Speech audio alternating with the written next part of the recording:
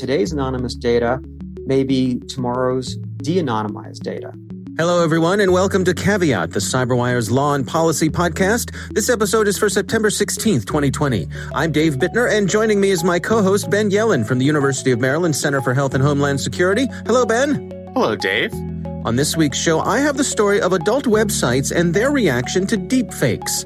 Ben describes a ruling from the Ninth Circuit Court that has Fourth Amendment implications. And later in the show, my conversation with Scott Giordano. He's VP and Senior Counsel, Privacy and Compliance at Spirion, and he's going to be discussing the surprising ways your data can be used against you and how you can protect yourself and those who matter most. While this show covers legal topics and Ben is a lawyer, the views expressed do not constitute legal advice. For official legal advice on any of the topics we cover, please contact your attorney.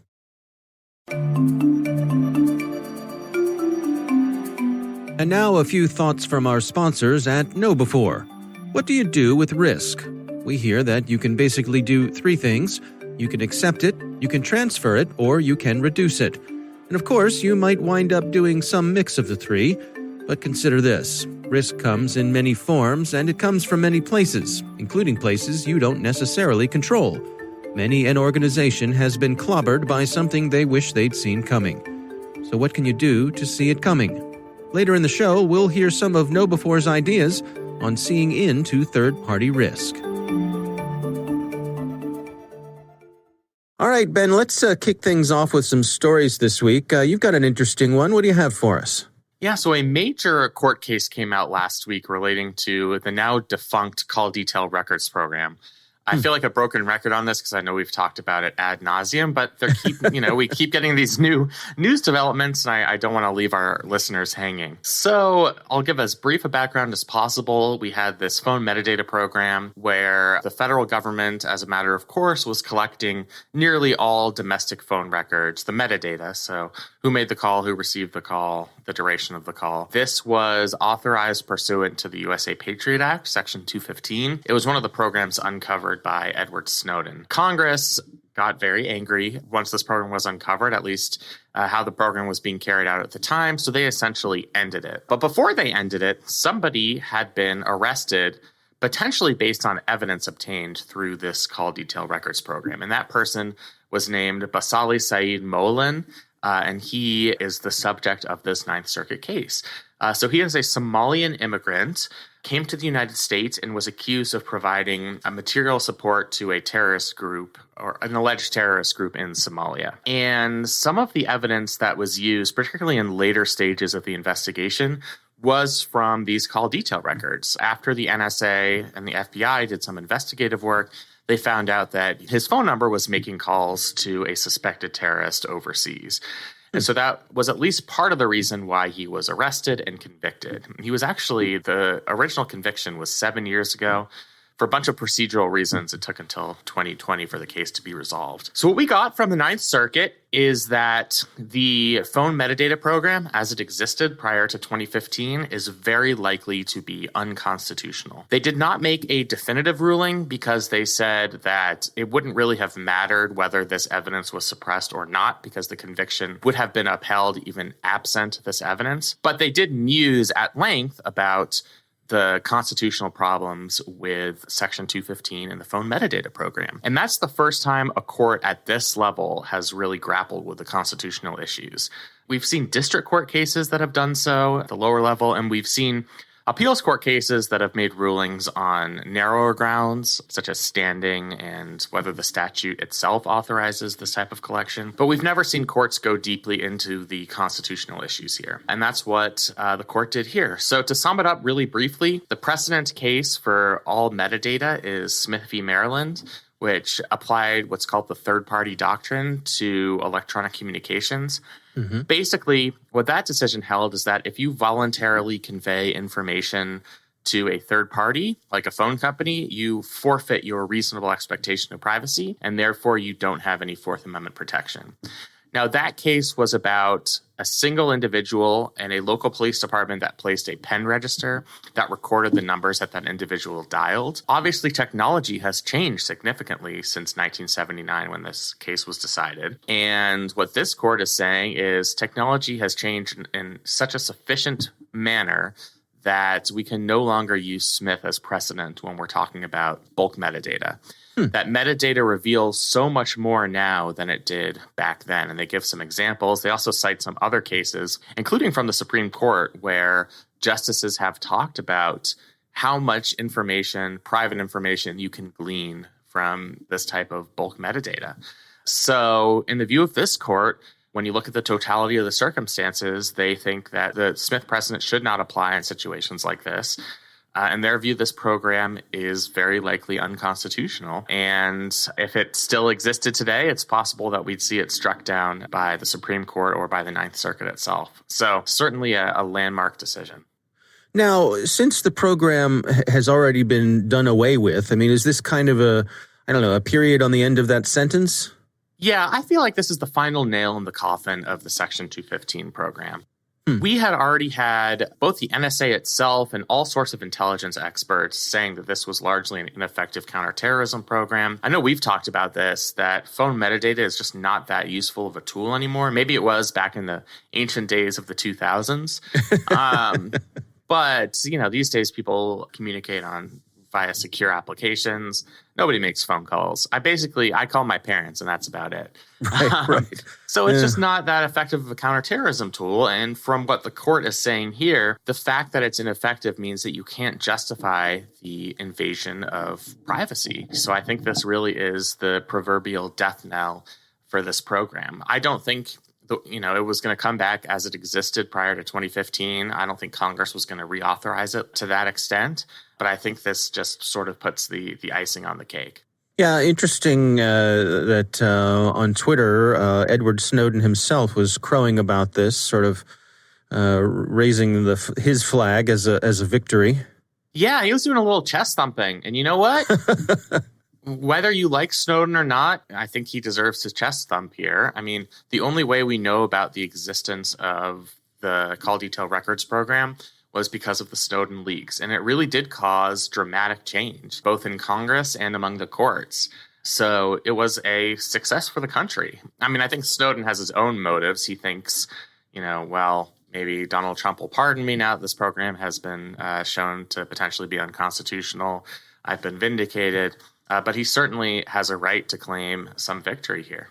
Yeah, the conversations I've had with folks in the intelligence community who are not pro-Snowden will make the point that the way that he released the information he did, the amount of information that he released, the subtext seems to be that perhaps lives were lost in the intelligence community because of the information that he released in the way he did, which is an interesting counterpoint to Yeah. Oh, it's that. important to remember. I've heard the same thing. I've had students who've been in the intelligence community, and they get a seething look on their face when they talk about Snowden. And so I'm sympathetic to that as well. And just because he can claim vindication as it relates to this program, it does not necessarily mean he can claim vindication for all of the documents he released. And we're talking about volumes and volumes of documents.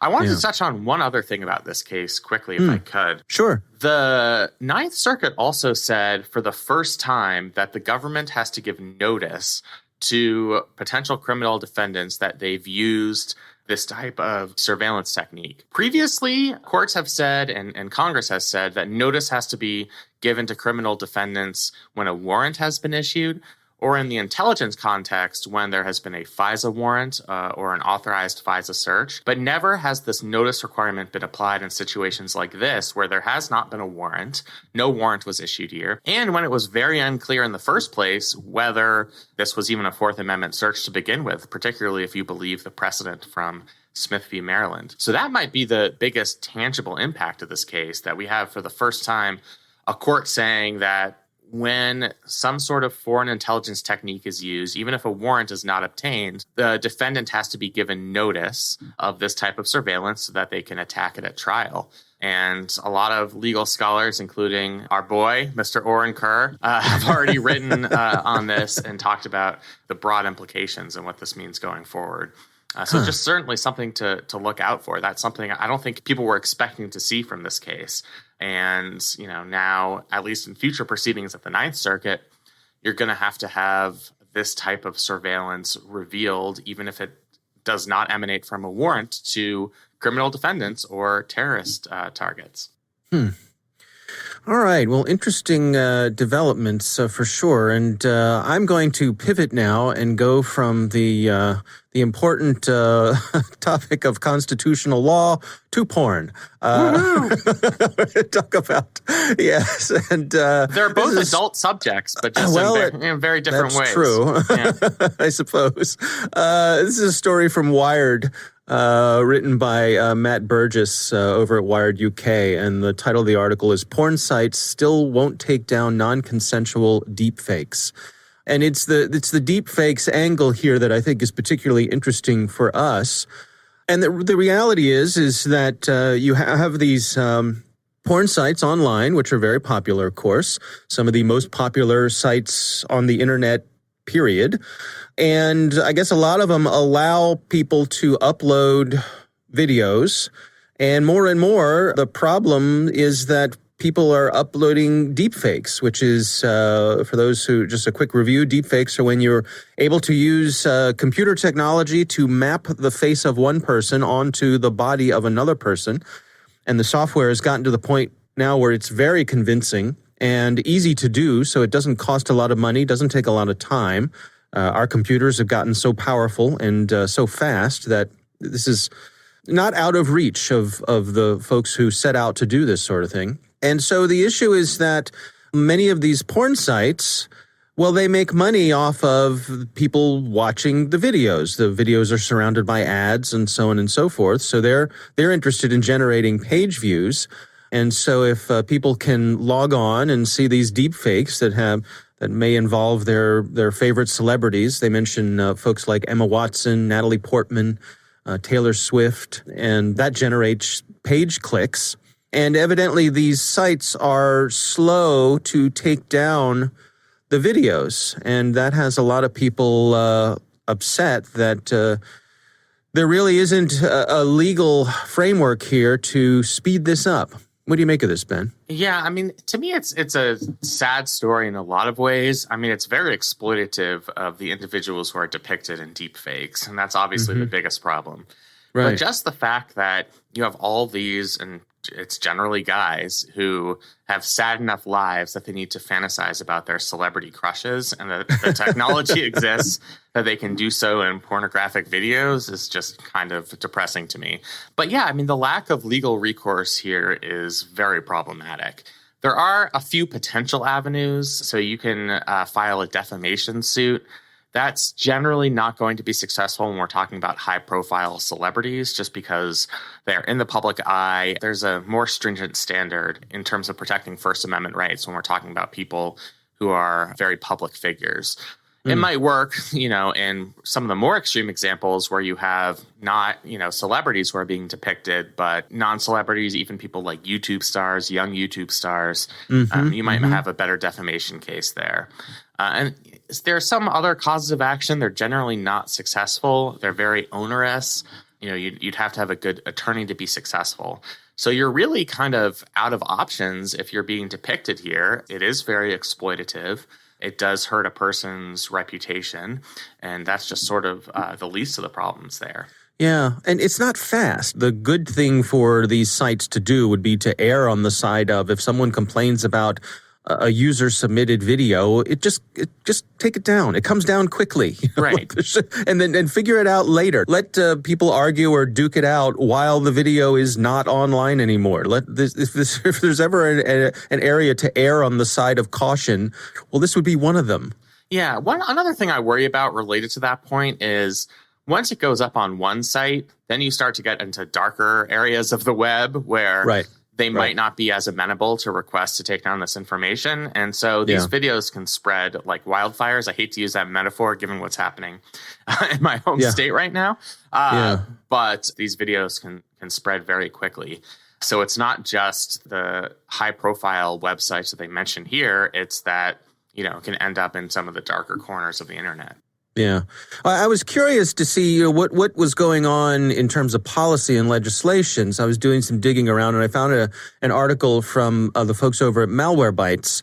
This is something they published back in January about some of the laws and proposals that are making their way around the country. Some states, they said California, Virginia, and Texas already have deepfake laws. There are some in Massachusetts, New York, and our own state, Maryland. Interesting to me that the Maryland law primarily focuses on election fraud, which, hey, politicians looking out for themselves. Imagine that. Of course. Right. Yeah. But one thing that struck me was they listed some of the federal deepfake legislation before Congress. I cannot let this pass. One of them is called the Defending Each and Every Person from False Appearances by Keeping Exploitation Subject. We got an acronym, baby. What does it spell out, Ben? It spells out deepfakes. Oh, you know me and my acronyms. There's nothing that a congressional intern likes better than being able to come up with a name for something that spells out the thing that it is. Right? In my second life, I just want to have the job of the person who develops congressional acronyms. I mean, a lot of the laws we talk about on here, USA Patriot Act, USA Freedom Act, those are acronyms, which is unknown to some people. Really? But this is an especially good one. So credit for that, at least. Yeah, a lot of states have laws that relate to the political realm. They don't want, the words of politicians to be twisted in a way that misrepresents what they've actually said.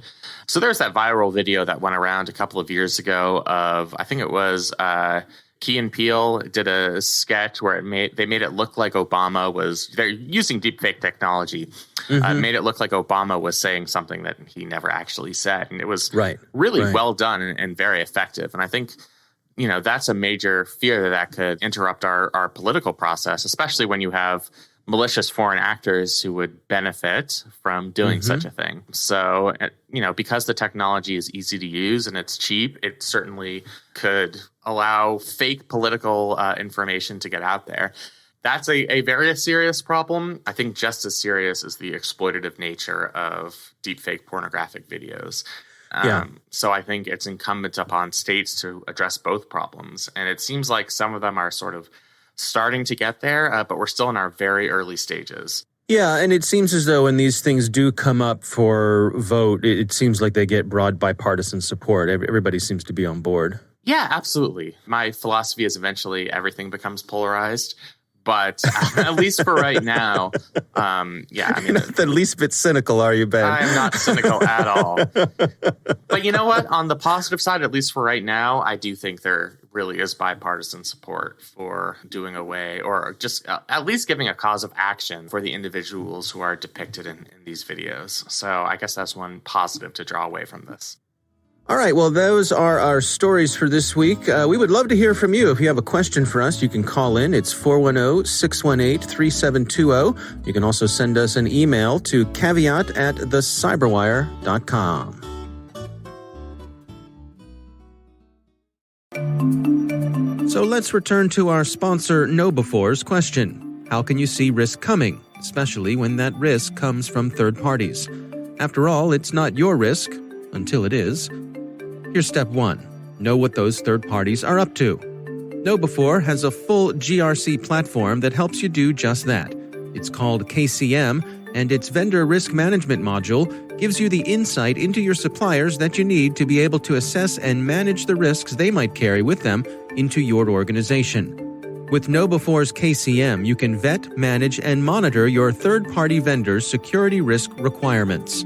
You'll not only be able to pre-qualify the risk, you'll be able to keep track of that risk as your business relationship evolves. KnowBefore's standard templates are easy to use, and they give you a consistent, equitable way of understanding risk across your entire supply chain. And as always, you'll get this in an effective automated platform that you'll see in a single pane of glass. You'll manage risk twice as fast at half the cost. Go to kb4.com/KCM and check out their innovative GRC platform. That's kb4.com/KCM. Request a demo and see how you can get audits done at half the cost in half the time. And we thank KnowBefore for sponsoring our show.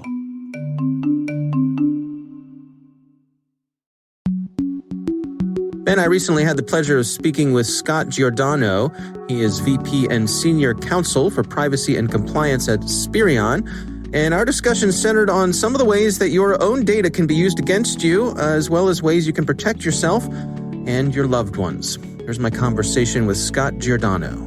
Here's the problem with mobile devices is that, and by the way, the applications that really power them, is that we have so many choices available to us to do all kinds of wonderful things, but we don't really see what's going on behind the scenes. We don't understand where our personal data is being sent, who's using it, why they're using it, how they're using it, with whom they're sharing it. There's so much we don't know. And that's the problem, and that casts a shadow over everything that we do with mobile devices and soon really everything that connects to the internet, whether it's an internet-connected refrigerator or thermostat or fish tank, as the case may be. It's a problem for all of those things. Well, can you give us some examples of in day-to-day life, the types of information that folks are turning over the course of their day? A great place to look is in lawsuits. And I'll give you a couple of really crisp examples is the Zoom. Zoom as in the Zoom video that we've all been using probably for the last 4 or 5 months. There was a lawsuit recently filed against Zoom because among other problems, Zoom was sharing information automatically with Facebook. And this was true even if you didn't have a Facebook account. So you have all the shadow data floating around out there. It was being used without your explicit permission. And that's a problem. Same thing with the Ring doorbell, the Ring security doorbell. Again, we're all well versed with. There were a lot of problems with the security piece of it, but also with the privacy piece in the sense that there were trackers in the app that the Ring doorbell uses, and that was sending personal information to all kinds of third parties. And these are things, again, that you and I really can't tell what's going on. We don't know what information is being shared, and we're trusting implicitly all of these devices. And it's really not a good practice to get involved in. Yeah, I saw, in the past year or so, there was the revelation that I believe it was a weather app that was gathering up a lot more information than folks thought it would. Yes, the Weather Channel app. And in fact, there was a lawsuit about that. I don't know if that has been settled out of court or it's still pending. But yes, the weather app that's powered by IBM, as they like to say, and I hate to say it, but it's the app I use to check the weather here in Seattle. That was selling personal information without users' permission. Now, what about the flip side of this? I mean, the providers of these apps, of these services, certainly organizations like Facebook, they'll say, well, when you signed up for our service, you agreed that we are entitled to gather this information. You click that box, you said, I agree, and so we're good here. Well, we're not good here. And here's why. Because ordinary people have no idea what's really being done with their data behind the scenes. And in fact, Google was sanctioned for this by the French Data Protection Authority, the CNIL, because they had one box and they had about 20 different processes. So you had one box to check. You couldn't differentiate among those different processes or uses and say, well, I want you to use my data for this, but not for this. It was, as I'd like to joke, one box to rule them all. And it's not really consent. If you're consenting to anything and everything with one box, you don't really give the users much of a choice except not to use your product at all. And that kind of defeats the purpose of why we have the internet and we have all these great products.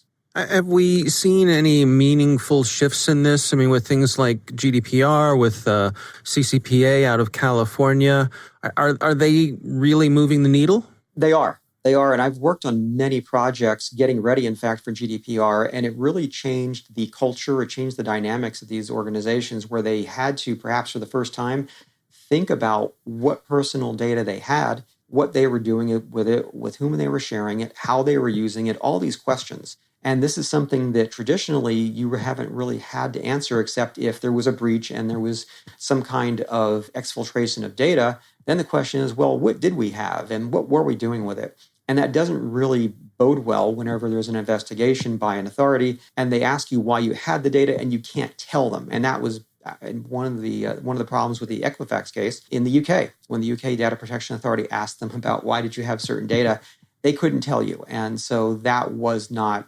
well received, to say the least. Is there still this culture among these companies that, I don't know, just because we can, we will, when it comes to gathering data, that all data has value, and so because storage is cheap and we have access to it, we might as well vacuum it up and maybe it has value to sell to someone else? Yeah, that's a very traditional American culture, American view, certainly very Silicon Valley, the idea of move fast and break things. And the problem is that in that process, it's our own personal data, our own lives that are suffering as a consequence. Can you give us some examples of, when we're talking about data that's been anonymized, we hear that a lot, that relax, it's okay, the data's been anonymized, no one can trace it back to you, but it's a little more complicated than that. It is, because today's anonymous data may be tomorrow's de-anonymized data. And Bruce Schneier, who's I'm sure many of your listeners probably follow or at least have heard of, he wrote about this in one of his books where he talked about the Kinsey study that happened in mid-century, last century, if you will, and about human sexuality and how all of these participants that were anonymous then could be easily de-anonymized today.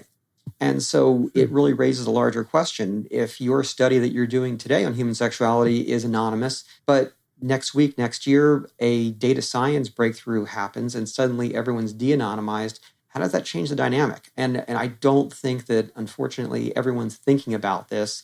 They're thinking about what can we do with the data we have? How can we monetize it? And that's in and of itself not bad, but you always have to think about the externalities. How is this going to impact real people? We're seeing reports, Apple, for example, in the next version of iOS, their mobile operating system, they're going to be alerting users more overtly when apps try to gather information. It'll tell you, this app's trying to gather this bit of information about you. Are you going to allow that? It seems like that could be a move in the right direction. It is. And that should be the model going forward, is now you're, as a consumer, I'm not just giving consent, I'm giving informed consent, which really is the touchstone for consent. And certainly that's how it's being done with the GDPR.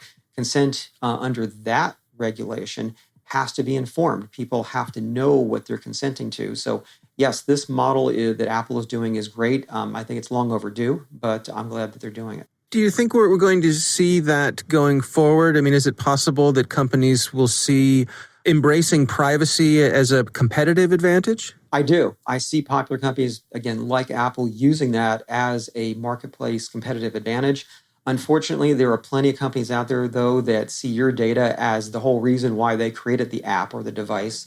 And all they want to do is get it and monetize it. And however they do it, they're not too concerned about the external effects on individuals. Where do you suppose we're headed? I mean, I hear a lot of people saying that what we really need is some sort of federal legislation, some regulations at the federal level, so that we don't have a patchwork of state-by-state regulations. Do you think that's a possibility? I don't. I think that train left the station 5-10 years ago. Right now, if you look at maybe the last 2 years of legislation, about 35 states have updated their cybersecurity and privacy regulations. California is the most well-known, but New York's actually has a much lower threshold. It applies to anyone in the U.S., not just certain companies that have certain revenues. Anyone that even looks at the personal data of a New York resident is subject to the New York Shield Act. So we're seeing that this is really being done at the state level, that things that the federal government should have done are now being done at the states, and it's probably best to leave the states to do it. And again, where do you suppose we're headed with this? Or do you feel like we're headed in the right direction? Is the will of the public to have these things clamped down? Are people saying, hey, we've had enough of this? I think so. I think the popularity of the proposed update to the CCPA, the CPRA, which is now on the California ballot. I talked to one of the authors at RSA. He said that the polling for it was the highest of any proposed ballot initiative in history. So I think that bodes well for Californians. And I'm hoping that other states will take note of this and start using the same model for their residents. What about the potential reach of these laws? GDPR was, I think, one of the things that famously that how it caught people's attention was that its reach extends beyond just the EU to if you're anywhere in the world and you're handling people from the EU's data, it applies to you. The CCPA is similar. Is that a way to sort of extend the grip of these regulations so that it doesn't necessarily matter where you are, that they can affect you either way? I think it's a good model. And here's why. Say that you are a company in the EU and you're marketing directly to California residents or any particular state. Would it be fair to not have the benefit of California law to protect those individuals, because certainly that's the view of the European Union, that the GDPR protects individuals that are EU data subjects, protects them around the world. So why not? Why not use that same model? I think it's the way to go. I think that it really forces us to think about what are we doing with someone's personal data and how it needs to be treated with respect. What do you suppose equilibrium looks like when it comes to these sorts of things? Where, if we were to find balance between the appropriate use of our data and people's privacy, in your mind's eye, can you imagine what that might look like? Yeah, I think that being able to provide a list to individuals of exactly what you're doing in a bullet point form with their personal information, and having them understand that these are the things they're doing in exchange for whatever you're giving them, whether it's a free email or it's a free weather app or it's a free anything, but you're giving them a very clear idea. And we have this in consumer law already, where you're required to give certain information to consumers, whether it's about warranties or it's about recalls or what have you.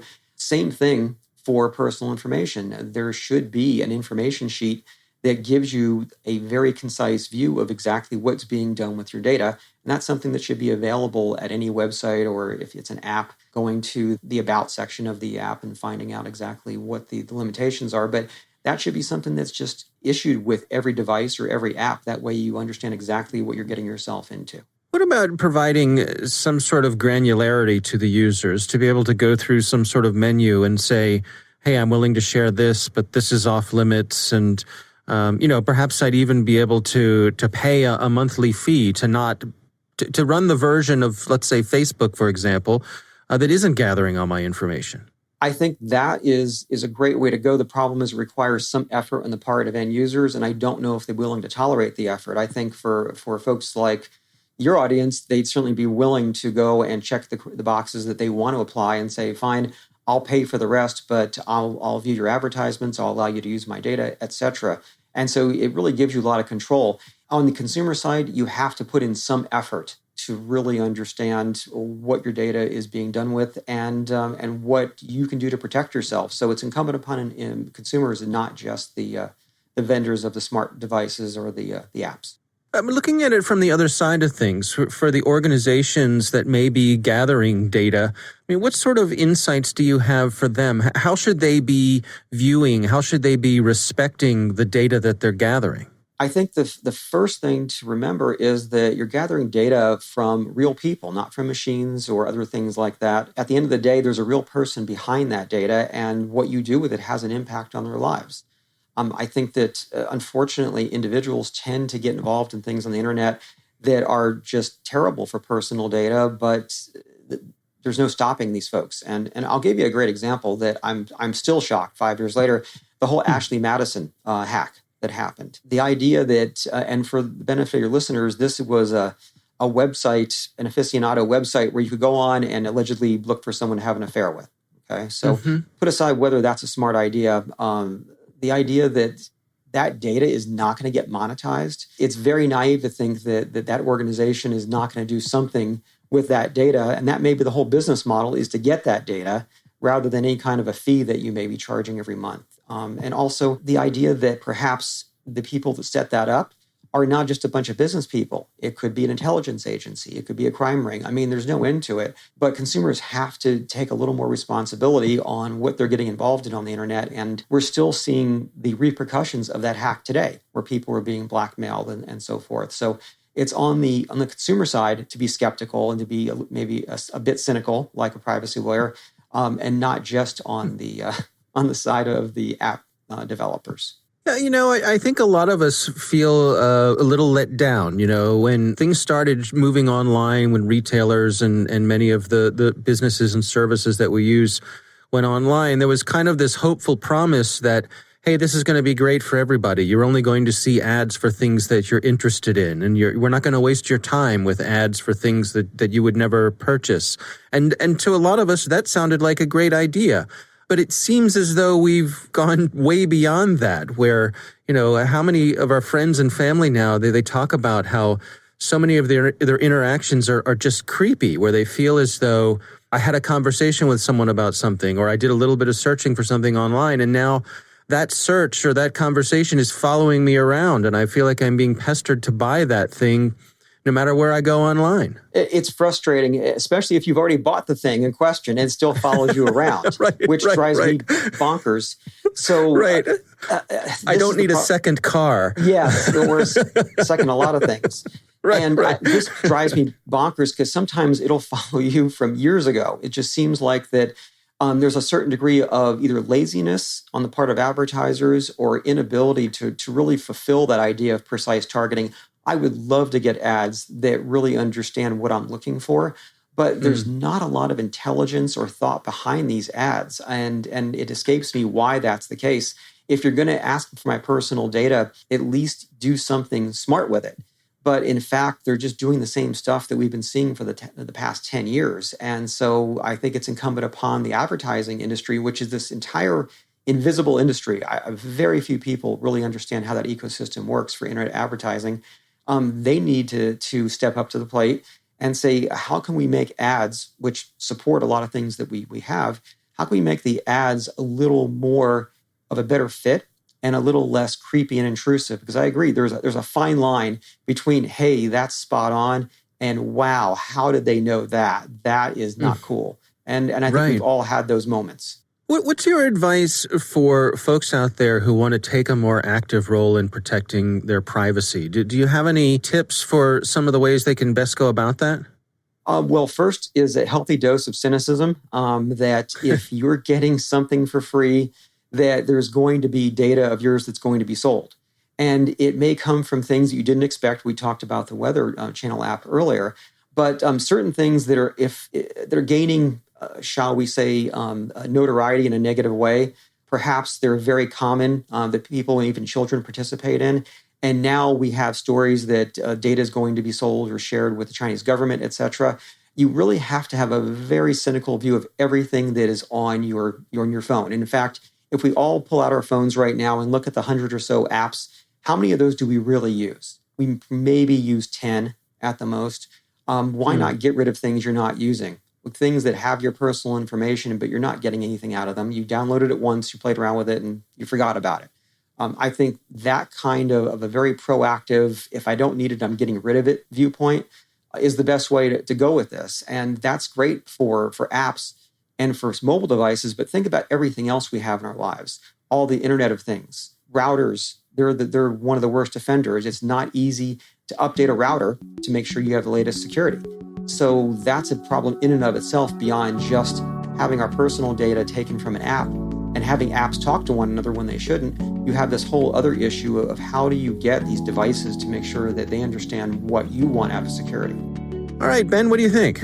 Yeah, another very informative conversation. This hits on a lot of themes we've heard from some of our previous guests, that the amount of information being collected from us without our consent is going beyond the scope of what it's ever been. And lawmakers and policymakers have just been very slow to address this.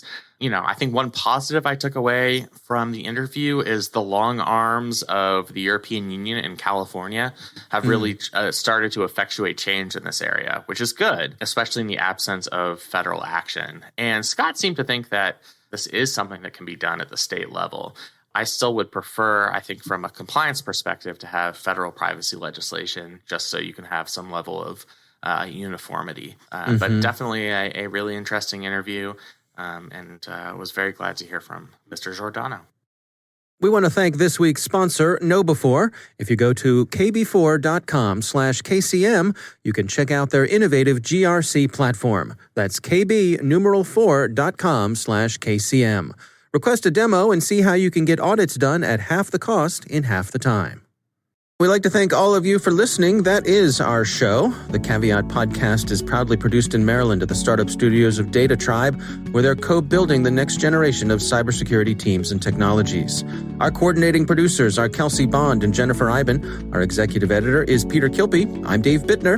And I'm Ben Yellen. Thanks for listening.